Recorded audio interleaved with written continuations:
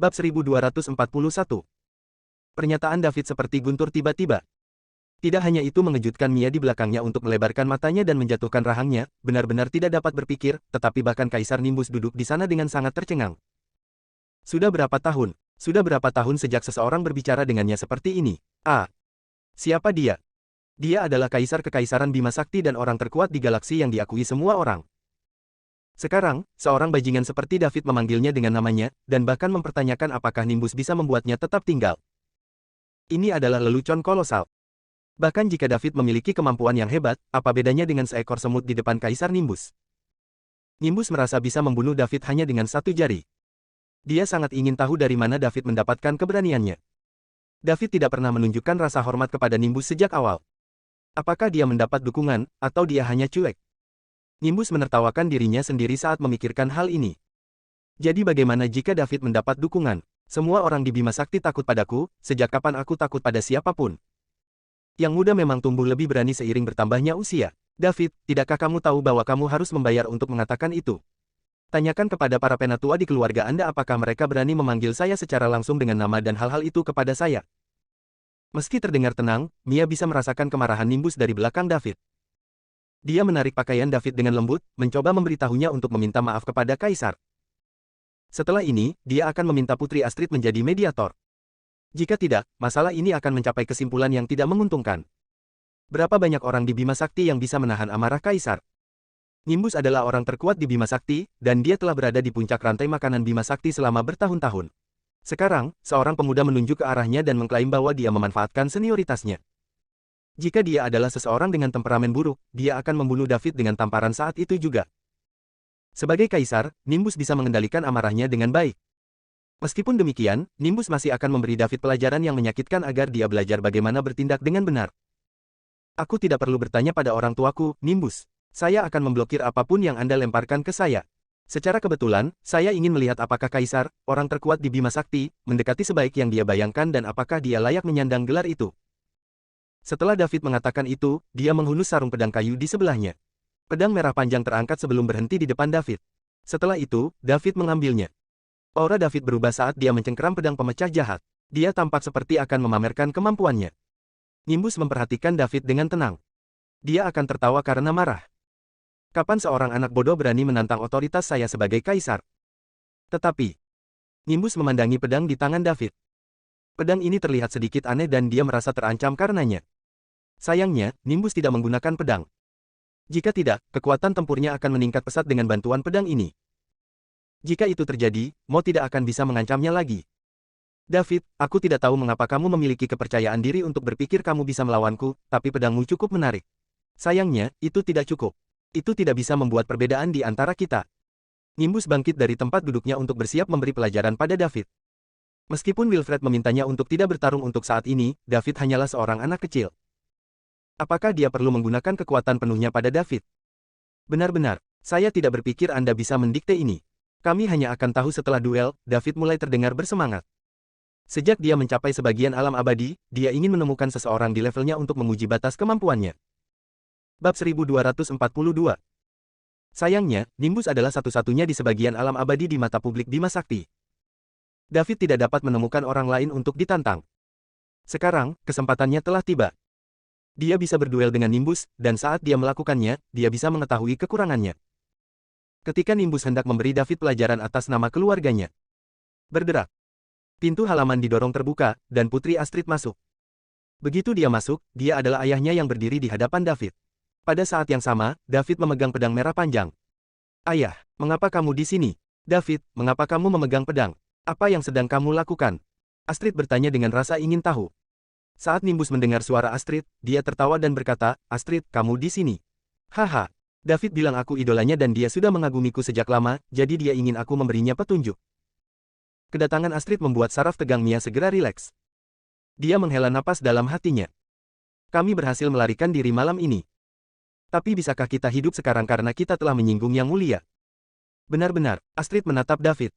David menghina apa yang dikatakan Nimbus. Siapa yang mengagumimu? Jika Astrid tidak muncul begitu tiba-tiba, sulit untuk mengatakan siapa yang akan menang jika kami bertengkar. Juga, Anda salah tentang siapa yang akan mengagumi siapa ketika saya akhirnya menerobos ke alam abadi.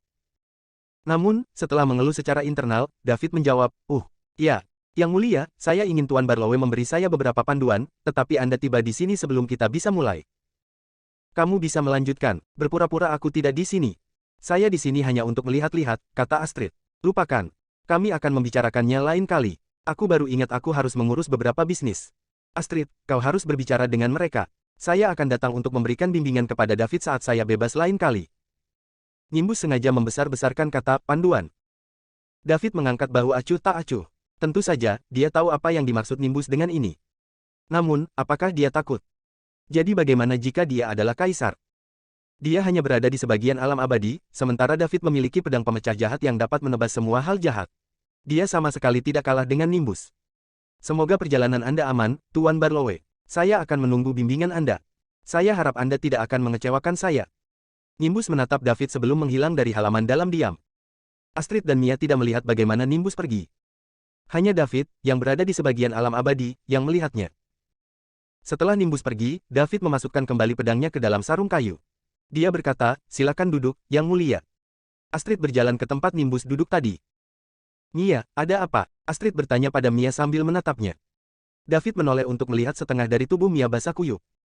Gaun panjang sutra melilit tubuhnya dengan erat, menonjolkan sosoknya yang menggoda. Astaga! Mata David terbelalak. Dia terlihat sangat memikat saat pakaiannya basah.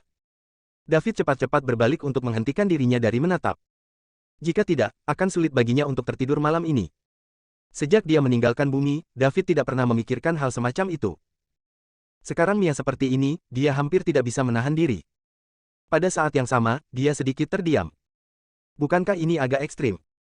Itu hanya sebentar, tapi keringat Mia telah membasahi pakaiannya. Bab 1243. Mia juga memperhatikan kondisinya. Rasanya tidak enak pakaiannya menempel di tubuhnya.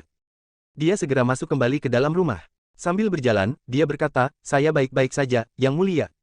Aku terlalu panas, jadi bajuku basah kuyup. Anda harus bicara dulu. Aku akan mandi dan berganti pakaian baru. Apakah sepanas itu? Astrid menatap dirinya sendiri. Suhu malam hari planet Royal tepat. Namun, dia tidak menyelidiki ini. Silakan, Mia, kami akan menunggu Anda saat kami berbicara, kata Astrid. Mia segera berlari ke dalam rumah untuk mandi dan berganti pakaian.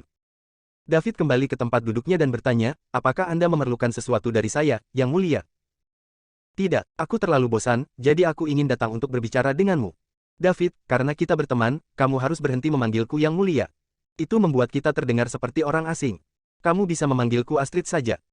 Yah, aku bisa memanggilmu Miss Astrid, David memikirkannya dan berkata. Baiklah, Astrid setuju. Dia tidak berpikir dia bisa berhasil begitu cepat. Selama dia mengambil langkah pertama, dia perlahan bisa mengubahnya di masa depan. David, apakah kamu pergi menjelajah lagi? Aku juga ingin pergi melihat dunia luar bersamamu. Sayangnya, orang tua saya tidak mengizinkan saya. Tidak, saya hanya pergi untuk melakukan beberapa bisnis. Nona Astrid, Kaisar dan Permaisuri punya alasan sendiri. Baru-baru ini, pendosa Sang Ruil merajalela, jadi tidak ada tempat yang aman kecuali planet Royal. Anda harus menunggu sebentar dan hanya membuat rencana untuk keluar ketika sudah aman lagi. Bolehkah aku pergi menjelajah bersamamu saat waktunya tiba? Astrid bertanya penuh harap. Mungkin tidak, tempat yang saya kunjungi terlalu berbahaya, dan tidak cocok untuk Anda. Juga, Kaisar dan Permaisuri juga tidak akan setuju, tolak David. Lalu, kenapa Mia bisa ikut denganmu, tapi aku tidak bisa? Identitas Mia tidak sama dengan identitasmu. Bagaimana saya bisa menjelaskan diri saya kepada Kaisar dan Permaisuri jika sesuatu terjadi pada Anda? Jika saya bisa meyakinkan orang tua saya, apakah Anda akan menerima saya? Tentu saja, jawab Daud. Benar-benar, tanya Astrid heran. Ya, sungguh, jika Kaisar dan Permaisuri setuju, aku akan mengajakmu. Astrid mengulurkan tangan kanannya dengan gembira dan berkata, baiklah, itu kesepakatan. Itu kesepakatan. David juga mengulurkan tangannya untuk memberi Astrid tos. Memukul. Alasan dia berjanji pada Astrid adalah karena dia tahu hasilnya. Dilihat dari bagaimana dia berkonflik dengan Nimbus dan baru saja hampir melawannya, Astrid tidak pernah bisa meyakinkan Nimbus. Itu sebabnya David berani setuju tanpa ragu-ragu. Dia bisa berurusan dengan Astrid dan juga menghentikannya untuk selamanya. Karena itu, mengapa tidak setuju? Bukan urusannya jika Nimbus tidak mengizinkannya pergi. Tak lama setelah keduanya mengobrol, Mia keluar dengan pakaian baru. David menoleh untuk melihat Mia tanpa sadar. Dia selalu mengenakan pakaian longgar, jadi David tidak pernah menyangka dia memiliki sosok yang begitu mempesona. Dia bahkan mungkin bisa bersaing dengan Selena. Setelah Mia duduk, dia bergabung dalam percakapan. Bab 1244. Kedua wanita itu mengobrol dengan gembira. Astrid terus bertanya kemana mereka pergi, sementara Mia memilih beberapa pengalaman menarik untuk diceritakan pada Astrid. Astrid merasa iri saat mendengarkan. Dia berharap ayahnya segera melenyapkan Sang Ruil Sinners sehingga dia setuju untuk mengizinkannya mengikuti David ke setiap sudut Bima Sakti. Nimbus kembali ke kediaman sementara kekaisarannya dan permaisuri Gamora mendekatinya. Jadi, apakah Anda sudah memastikannya? Gamora bertanya. Saya memiliki kecil kemungkinan Sang Ruil Sinners mengirim David. Nimbus menggelengkan kepalanya dan menjawab. Kemudian, dia memberitahu Gamora apa yang terjadi. Apakah kamu mengatakan David hampir melawanmu? Gamora melebarkan matanya yang indah dan bertanya dengan heran. Ya, jika Astrid tidak menerobos masuk begitu tiba-tiba, aku akan mengajari anak itu sopan santun dan mengajarinya apa yang harus dan tidak boleh dia katakan, kata Nimbus dengan marah. Bagaimana dia begitu berani? Apakah dia memiliki keinginan mati? Apakah dia tidak takut mati? Bagaimana bisa ada orang seperti itu di dunia ini? Gamor tertegun. Dia tidak bisa membungkus kepalanya di sekitar ini. Beraninya pemuda ini bertindak begitu sombong terhadap suaminya. Tak seorang pun di seluruh Bima Sakti berani melakukan itu. Siapa yang memberinya keberanian? Apakah pemuda itu tidak takut? Dia benar-benar memiliki skrup yang longgar. Tidak, saya tidak bisa membiarkan Astrid dekat dengannya. Aku juga penasaran. David punya banyak rahasia, tapi sayangnya, saya tidak mengungkapnya. Karena kamu tidak bertarung, bagaimana kamu bisa yakin para pendosa Sang Ruil tidak mengirimnya? Dia bisa menyembunyikan fakta bahwa dia telah menyatu dengan gen klan ular berkepala 9 dengan sempurna jika dia tidak menggunakan kekuatan dari klan. Juga, jika saya mengambil langkah lebih jauh, bahkan jika dia tidak menyatu dengan gen klan ular berkepala 9, Anda tidak dapat memastikan bahwa dia bukan pendosa Sang Ruil. Tindakan menyerahkan keluarga Kalisto ke kekaisaran dan mengungkap fakta bahwa Sang Ruil Sinners telah menyusup ke dalam keluarga Kalisto sudah cukup untuk memecatnya sebagai tersangka. Ini karena kepala keluarga Kalisto bisa menyatu dengan sempurna dengan gen klan ular berkepala 9. Orang seperti ini sangat langka di antara para pendosa Sang Ruil. Dengan demikian, ia memiliki status yang sangat tinggi dan dianggap bangsawan. Jika ini jebakan Mo, harganya akan terlalu tinggi. Juga, saya menemukan faktor yang sangat penting. Apa itu? Gamora bertanya dengan rasa ingin tahu. Pedang David, jawab Nimbus. Pedang apa? Pedang yang bisa membuatku merasa terancam. Juga, pedang ini memiliki energi positif yang kuat dan luar biasa, jadi itu adalah musuh bebuyutan dari segala hal yang jahat. Jika orang itu jahat, mereka tidak akan bisa menggunakan pedang ini. Oleh karena itu, jika David dapat menggunakannya untuk bertarung, itu sudah cukup jelas. Apakah Anda mengatakan David memiliki pedang yang membuat Anda merasa terancam dan bahwa pedang ini adalah musuh bebuyutan dari segala hal yang jahat? Tepat, saya tidak tahu dari mana dia mendapatkannya, tetapi itu adalah senjata yang sangat kuat. Dia pasti menggunakan kekuatan pedang ini untuk mengalahkan banyak musuh yang kuat. Itu sebabnya dia pikir dia bisa berada di level yang sama denganku. Sungguh tidak masuk akal, Nimbus tertawa. Tidak peduli seberapa kuat pedang itu adalah benda mati. Plus, itu benda asing. Kekuatan sejati datang dari diri sendiri. Saya pikir David telah menempuh jalan yang salah. Aku akan menemukan waktu setelah perjamuan negara untuk memberi pelajaran pada anak itu. Saya ingin dia tahu bahwa bahkan senjata paling ampuh pun hanya akan menjadi bantuan. Ketika ada perbedaan besar dalam kekuatan, tidak ada yang bisa menebusnya. Saya juga ingin dia memahami situasi yang dia hadapi. Saya lega sekarang karena David bukan pendosa Sang Ruil. Namun, kami tetap harus memperhatikan Astrid, kata Gamora. Tentu saja, bagaimana saya bisa membiarkan seseorang menculik putri Nimbus Barlowe? Ditambah lagi, bajingan itu bahkan berani memanggilku dengan nama dan mengatakan aku memanfaatkan senioritasku. Dia sangat berani sampai membuatku kesal. Nimbus masih belum bisa tenang setelah mengingat perkataan David kepadanya. Jika dia mengatakannya dengan baik, David tidak takut. Namun, jika boleh jujur, David adalah orang bodoh yang tidak tahu cara membaca ruangan. Beraninya dia begitu sombong dengan kaisar-kekaisaran Bima Sakti. Benar-benar pemuda yang kecewa. Bab 1245. Di Light Star di tepi Bima Sakti. Bajingan. Apakah kalian semua idiot? Bagaimana kekaisaran bisa melenyapkan keluarga Kalisto yang begitu penting bagi kita? Raja Mo dari Sang Ruil menunjuk pria berjubah hitam dan mengutuk. Dia tidak mengharapkan kekaisaran untuk melenyapkan keluarga Kalisto. Orang harus tahu bahwa keluarga Kalisto memainkan peran penting dalam rencana masa depan Sang Ruil. Sebagian besar kekuatan yang dihubungi Sang Ruil tetap netral. Hanya 2 dari pasukan yang benar-benar memihak Sang Ruil, dan keluarga Kalisto adalah salah satunya. Pada jamuan kenegaraan, pusat kekuatan Sang Ruil dan klan ular berkepala 9 akan membunuh 2 pria dari keluarga Barlowe yang berada di sebagian alam abadi untuk menunjukkan betapa kuatnya Sang Ruil. Kemudian, kedua kekuatan itu akan mengumumkan kepada semua orang yang hadir untuk mengandalkan Sang Ruil. Akan lebih mudah jika ada seseorang yang memimpin. Bahkan jika beberapa pasukan berpura-pura beradab, kebanyakan dari mereka akan mengikuti Sang Ruil. Setidaknya Sang Ruil tidak akan menjadi sasaran semua pasukan. Selama mereka bisa mendapatkan setengah dari pasukan untuk tunduk pada Sang Ruil di perjamuan negara, mereka bisa meluangkan waktu bersama sisanya. Segera, Sang Ruil akan benar-benar mengambil alih Bima Sakti. Ini akan menjadi situasi terbaik, dan mereka tidak akan memperingatkan para penegak alam semesta yang menakutkan itu. Area patroli mereka terlalu besar. Bima Sakti hanyalah peradaban tingkat 3, jadi penegak alam semesta tidak akan terlalu memperhatikannya kecuali ada perang skala besar. Namun, kini keluarga Kalisto telah tiada. Efeknya tidak akan sebaik jika hanya ada satu kekuatan yang memimpin. Bagaimana Mo tidak merasa marah dan gelisah? Maaf, Yang Mulia, kami tidak berharap Fergus terungkap. Setelah membantunya mengambil alih keluarganya, kami memperingatkannya untuk tidak menonjolkan diri dan bersembunyi sambil menunggu perintah Yang Mulia. Namun, dia menolak untuk mendengarkan dan bersikeras untuk mengumumkannya. Dia ingin membalas dendam tetapi tanpa diduga, ini terjadi. Sialan Fergus itu. Dia memiliki masa depan yang cerah karena dia bisa menyatu dengan sempurna dengan gen klan ular berkepala 9. Saya tidak berharap dia menjadi bodoh dan tidak bisa berbaring sama sekali. Berapa tahun Sang Ruil menunggu sampai kita memiliki apa yang kita miliki sekarang? Namun, dia tidak bisa menunggu sebentar lagi. Yang baik untuk tidak ada yang pantas mati, tetapi yang lebih buruk adalah dia mengganggu rencana awal kita. Mo meraung. Yang Mulia, jika kita tidak memiliki keluarga Kalisto, kita masih bisa menghancurkan keluarga Barlowe dan mengambil kembali milik kita dengan bantuan klan ular berkepala 9. Persetan, apa yang kamu tahu? Apakah saya akan meminta Anda untuk menyusup ke kekuatan itu jika semudah itu? Bukankah lebih mudah untuk menerobos masuk dan melenyapkan keluarga Barlowe? Tanpa bantuan kekuatan utama dari wilayah kerajaan, tidak akan mudah bagi kita untuk mengendalikan Bima Sakti bahkan jika kita melenyapkan keluarga Barlowe. Selain itu, klan ular berkepala 9 juga tidak akan berani melakukan hal besar. Semua orang akan hancur jika kita memperingatkan orang-orang yang menakutkan itu.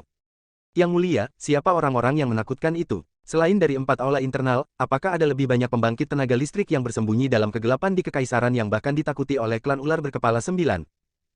Kamu tidak berada pada level yang cukup tinggi, jadi kamu tidak mengerti beberapa hal. Anda harus fokus pada pekerjaan Anda.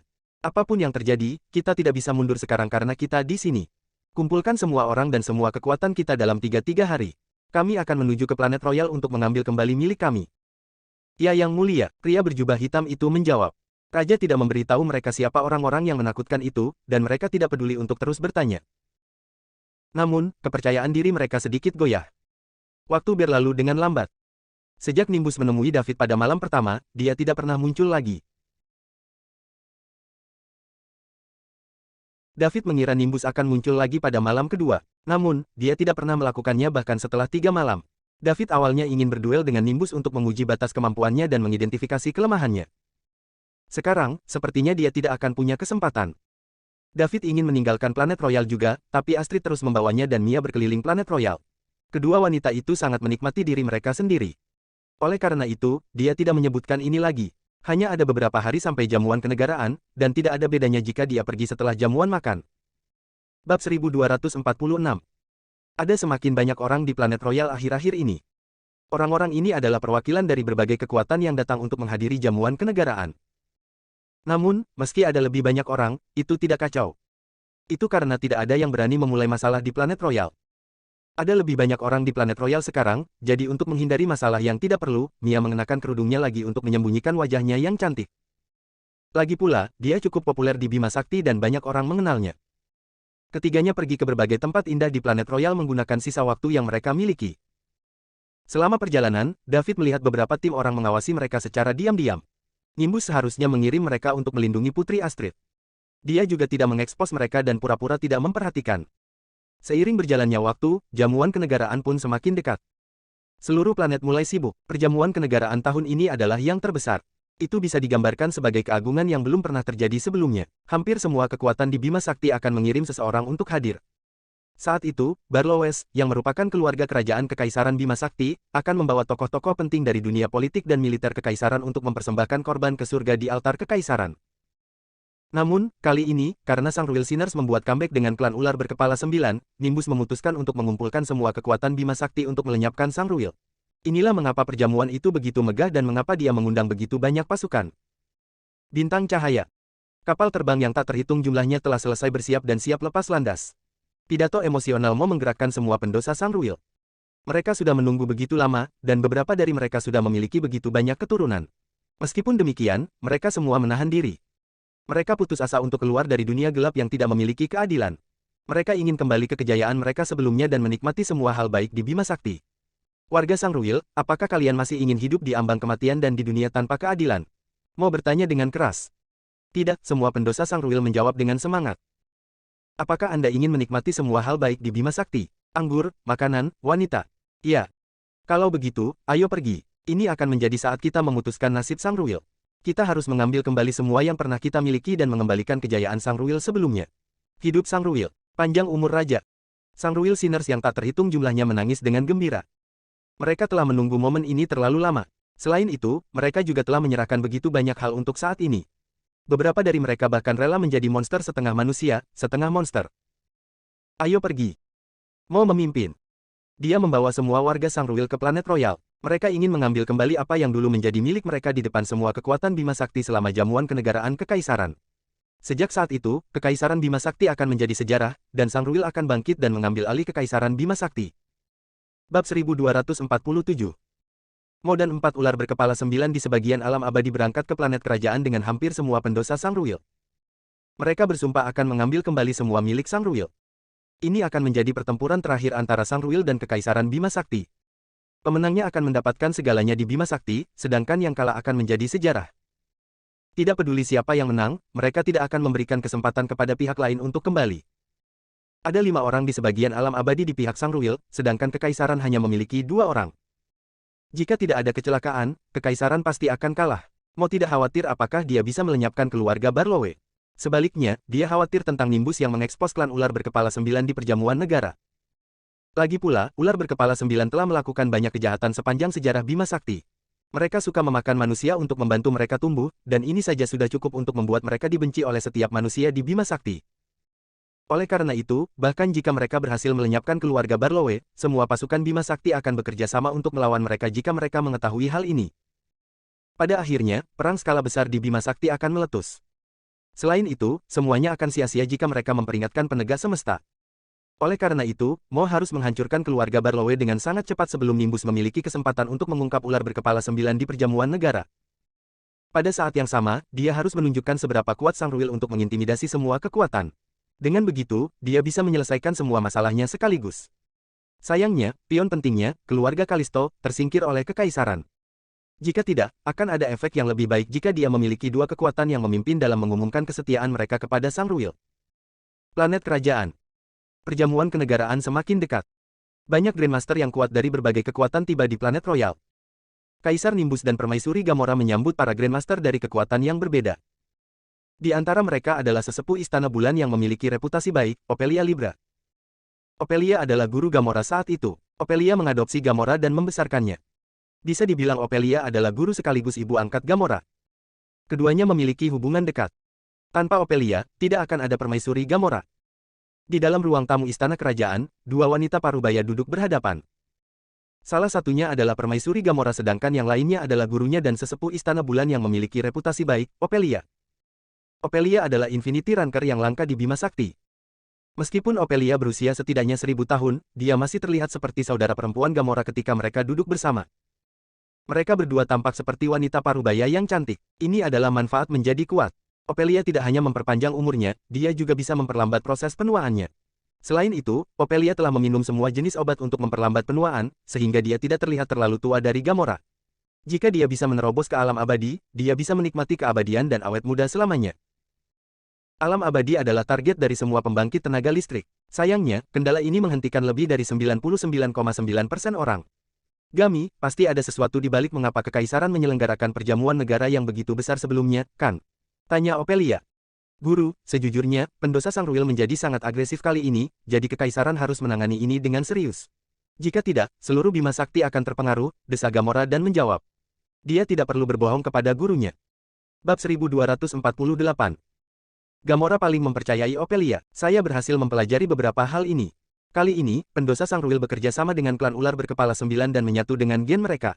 Meskipun kekuatan mereka akan meroket, pada saat yang sama, mereka mengubah diri mereka menjadi lebih seperti iblis daripada laki-laki. Jadi, kamu tahu tentang itu. Keluarga Labate adalah salah satu penguasa Bima Sakti, jadi kita jelas tahu apa yang dipikirkan ular berkepala 9. Mereka membawa malapetaka ke setiap manusia di Bima Sakti dengan melakukan ini. Mereka mungkin sadar bahwa mereka akan mati jika terus berjuang di ambang kematian. Oleh karena itu, mereka bekerja sama dengan klan ular berkepala 9 untuk mempertaruhkan semuanya dalam satu langkah ini. Mereka ingin menyeret kerajaan bersama mereka sebelum mereka mati. Bahkan jika pendosa Sangruil bisa menang, tidakkah mereka tahu lebih mudah mengundang iblis masuk daripada mengusirnya? Ular berkepala 9 akan melahap Bima Sakti sampai tidak ada yang tersisa. Mereka akan menjadi pendosa di Bima Sakti. Itulah mengapa kita tidak bisa membiarkan Sangruil menang dan kita harus mengalahkan mereka. Ini juga alasan kami mengundang semua pasukan. Selama kita bersatu, kita akan memiliki kesempatan untuk menang. Lebih penting lagi, apakah ada ular berkepala 9 yang kuat datang? Sangruil Sinner saja tidak bisa berbuat banyak. Ular berkepala 9 adalah kunci kemenangan mereka. Menurut berita dari Kekaisaran, ular berkepala 9 pasti telah mengirim seseorang ke sini. Namun, kami masih belum mengetahui detailnya. Inilah mengapa Nimbus sangat memprioritaskan hal ini. Gami, apapun yang terjadi, Istana Bulan akan selalu mendukungmu dan Kekaisaran, kata Ophelia dengan sungguh-sungguh. Terima kasih guru. Gamora berdiri dan membungkuk pada Ophelia. Baiklah, Anda adalah permaisuri Kekaisaran Bima Sakti, mengapa Anda membungkuk padaku? Guru, Anda memberi saya hidup saya. Di mana saya akan berada jika bukan karena Anda? Tidak peduli siapa saya sekarang, saya akan selalu menjadi murid dan putri Anda. Karena itu, aku harus tunduk padamu. Oh kamu. Ophelia tersenyum pahit dan tidak tahu harus berkata apa. Dia disakiti oleh seorang pria ketika dia masih muda, jadi dia memutuskan untuk fokus pada seni bela diri. Sekarang, dia masih sendiri 1000 tahun kemudian. Gamora adalah kebanggaan Ophelia dalam hidup ini. Saat Ophelia menemukan Gamora ratusan tahun lalu, dia masih bayi. Ophelia tidak hanya mengangkat Gamora menjadi pendeta tinggi di Istana Bulan, Gamora bahkan menjadi alter empress itu. Beberapa hari kemudian, lebih banyak pembangkit tenaga listrik muncul di planet Royal. Lebih dari 80% pusat kekuatan Bima Sakti berkumpul di sini. Perjamuan negara kali ini adalah yang terbesar yang pernah dimiliki Kekaisaran Bima Sakti. Pada saat yang sama, itu juga yang paling berbahaya. Kembali ketika Bima Sakti terbelah antara Kekaisaran dan Sangruil, keduanya masih menyadari akar mereka meskipun mereka telah berperang selama ribuan tahun. Kekaisaran belum pernah menghadapi bahaya seperti ini sebelumnya. Namun, kali ini berbeda. Tidak hanya lawan mereka Sangruil Sinners, tetapi ada juga klan ular berkepala 9 dari peradaban level 5 yang harus diwaspadai. Itu adalah ras yang kuat dengan pembangkit tenaga alam abadi. Jika klan ular berkepala 9 tidak takut pada penegak alam semesta, mereka akan mengambil alih Bima Sakti sejak lama dan membesarkan manusia sebagai makanan mereka. Meskipun penegak alam semesta mungkin tidak memperhatikan peradaban kecil tingkat 3, ular berkepala 9 tidak berani bertaruh untuk ini. Jika mereka ketahuan, mereka harus membayar mahal. Seluruh ras mereka mungkin saja tersingkir. Reputasi The Universe Enforcers bukanlah lelucon. Mereka membuktikan diri melalui tindakan mereka. Banyak kekuatan dan ras di alam semesta yang luas sebelumnya telah mencoba peruntungan untuk melanggar konvensi semesta. Pada akhirnya, mereka dimusnahkan oleh penegak semesta. Itu adalah keberadaan yang menakutkan yang juga sangat rahasia. Tidak ada yang bisa menjamin kapan dan di mana mereka akan muncul. Bab 1249. Seiring berjalannya waktu, David dan kawan-kawan mengakhiri perjalanan mereka dan kembali ke istana kerajaan. Perjamuan kenegaraan itu dalam 3 hari. Sebagai sang putri, Astrid harus menghadiri jamuan kenegaraan. Permaisuri Gamora juga memanggilnya selama 2 hari ini untuk melakukan berbagai persiapan. David akhirnya bisa santai. Dia akan minum teh di halaman setiap hari. Pada saat yang sama, dia akan melepaskan kekuatan pikirannya untuk memindai pusat kekuatan baru yang tiba di planet Royal. Ada banyak pembangkit tenaga listrik di planet Royal beberapa hari ini. Infinity Ranker yang jarang terlihat semuanya muncul di planet Royal. Tentu saja, ada juga banyak Cosmo dan Celestial Ranker. David bahkan bisa mendeteksi banyak Ranker Infinity Puncak. Tampaknya Kekaisaran akan melakukan sesuatu pada Sangruil Sinners. Namun, ini diharapkan. Para pendosa Sangruil baru saja mulai menyusup ke Kekaisaran, jadi Kekaisaran harus menggunakan kesempatan ini untuk melenyapkan krisis ini sebelum menjadi lebih buruk. Jika mereka berlarut-larut, akan sulit setelah Sangruil Sinner menyusup terlalu banyak kekuatan. Bahkan mungkin ada perpecahan lagi. Tentu saja, Kekaisaran tidak ingin melihat ini. Menurut pendapat jujur David, jika Kekaisaran dan Sangruil sebelumnya sama-sama terdiri dari manusia, dan jika perang mereka tidak berskala terlalu besar dan tidak menimbulkan korban yang tak terhitung jumlahnya, dia tidak akan mempedulikannya. Namun, orang-orang dari Sangruil itu meninggalkan identitas mereka sebagai manusia dan menjadi monster agar mereka bisa menang. David tidak tahan sama sekali. Tidak baik jika manusia di Bima Sakti didominasi oleh segerombolan monster. Plus, klan ular berkepala 9 memakan manusia. Karena Sangruil diberikan kekuatan mereka, mereka pasti telah berjanji untuk memberikan manusia kepada klan ular berkepala 9 sebagai makanan. David tidak bisa mentolerir ini. Lagi pula, dia juga manusia. Bagaimana dia bisa melihat sesama manusia menjadi makanan bagi ras lain? Maaf, tapi David tidak bisa melakukan itu. Oleh karena itu, meski dia hampir melawan Nimbus, dia tidak akan ragu untuk mengambil tindakan jika Kekaisaran dalam bahaya dan berada dalam kekuasaannya. Namun, dia hanya akan melakukan apa yang ada dalam kekuasaannya. Jika ular berkepala 9 mengirim seseorang ke alam abadi, David akan bersembunyi dan melarikan diri secepat mungkin. Dia kemudian akan melenyapkan ras asing ini ketika dia cukup kuat untuk membalaskan dendam manusia. Suatu hari sampai jamuan kenegaraan. David duduk di halaman. Ketika dia hendak menyesap tehnya, dia berhenti tiba-tiba. Cangkir tehnya berhenti di bibirnya tetapi dia tidak meminumnya. Beberapa detik kemudian, David sadar dan meneguknya sebelum meletakkan cangkirnya. David, apa yang terjadi? Apakah kamu merasa tidak enak badan? Mia melihat David berhenti dan bertanya. Tidak, aku baru ingat sesuatu yang menarik, kata David sambil tersenyum. Dia menggunakan kekuatan pikirannya untuk merasakan sesuatu yang tidak biasa di istana kerajaan. Seluruh Bima Sakti mengatakan bahwa Kaisar Nimbus adalah orang terkuat di Bima Sakti dan dia adalah satu-satunya di sebagian alam abadi. Namun, barusan, David menemukan bahwa ada orang lain di sebagian alam abadi di dalam istana kerajaan selain Kaisar Nimbus. Menarik. Sungguh menarik. Seperti yang diharapkan dari sebuah kerajaan yang telah memerintah Bima Sakti selama bertahun-tahun. Itu sangat bagus dalam menyimpan rahasia. Sungguh, tidak ada kekuatan lain yang bisa menandingi sejarahnya. Ada dua orang di sebagian alam abadi. David mungkin dirugikan jika dia harus melawan mereka. Namun, David belum pernah melawan mereka sebelumnya, jadi dia tidak tahu di mana batasnya. Dia tidak memiliki pemahaman yang jelas tentang kekuatannya. Dia memiliki 3 keterampilan bertarung terbaik, dan semuanya dilatih dengan sempurna. Ditambah lagi, dia memiliki pedang pemisah jahat yang dapat menebas semua kejahatan di alam semesta. David, yang berada di sebagian alam abadi sekarang, sangat ingin menemukan lawan yang berada pada level yang sama dengannya untuk berduel dengan mereka tanpa kendali dan dengan hati-hati. Namun, dia tidak pernah mendapat kesempatan ini. Dia selalu bisa mengalahkan lawannya dalam hitungan detik, jadi tidak ada ketegangan sama sekali. Apa itu? Mia bertanya dengan rasa ingin tahu. Bab 1250. Kamu akan segera tahu. Kalau tidak salah, jamuan kenegaraan kali ini tidak akan membosankan. Seharusnya ada drama yang terungkap. Drama? Mia tercengang. David masih ingin menonton drama yang berlangsung selama jamuan kenegaraan. Dia menyinggung Yang Mulia. Bukankah seharusnya dia lari sejauh mungkin dari planet royal sementara Yang Mulia tidak punya waktu untuk memikirkan kita selama jamuan kenegaraan? Jika tidak, Yang Mulia pasti akan datang untuk kita ketika dia memiliki waktu luang setelah jamuan makan. Lagi pula, David memarahi Yang Mulia. Tidak ada seorang pun di Bima Sakti yang berani melakukan itu. David adalah orang pertama yang berhasil hidup begitu lama setelah menghina Yang Mulia. Jika Putri Astrid tidak muncul tepat waktu, Mia curiga dia mungkin sudah meninggal. Mia juga sangat ketakutan hingga pakaiannya basah kuyup oleh keringatnya. Namun, David tetap cuek dan sama sekali tidak gugup. Dia tidak menyadari keseriusan masalah ini. Mia tidak mengerti David. Apakah dia bodoh? Meski begitu, dia tahu dan mengerti segalanya. Apakah dia pintar? Namun, dia sangat keras kepala dalam beberapa hal dan menolak untuk berpikir dari sudut pandang lain. David bisa saja menyerah dan secara singkat menceritakan pengalamannya kepada Kaisar untuk melewati situasi tersebut. Pada saat yang sama, dia juga bisa mendapatkan sisi baik Kaisar. Namun, dia bersikeras untuk melawan Kaisar dan membuatnya marah. Bukankah dia meminta masalah? David, aku punya saran, Mia berseru. Apa itu? Kupikir kita sebaiknya tidak pergi ke pesta kenegaraan besok. Sebaliknya, kita harus meninggalkan planet royal selama perjamuan ketika Yang Mulia tidak punya waktu untuk peduli pada kita. Jika tidak, kita tidak akan bisa pergi setelah jamuan kenegaraan. David berada di antara tawa dan air mata setelah dia mendengar apa yang dikatakan Mia. Bagaimana dia harus menjelaskan kepada Mia bahwa dia tidak takut pada Nimbus? Sebaliknya, dia ingin berduel dengan Nimbus untuk melihat di mana batasnya. Mia tidak akan mempercayainya. Tidak ada satu orang pun yang akan mempercayainya, apalagi dia. Bagaimanapun, prestise Kaisar terukir di hati setiap orang. Di hati setiap orang, Kaisar Nimbus adalah orang terkuat di Bima Sakti, dan tidak ada yang bisa mengalahkannya. Mia, apa menurutmu aku idiot? Tanya Daud. Hah, apa yang kamu katakan?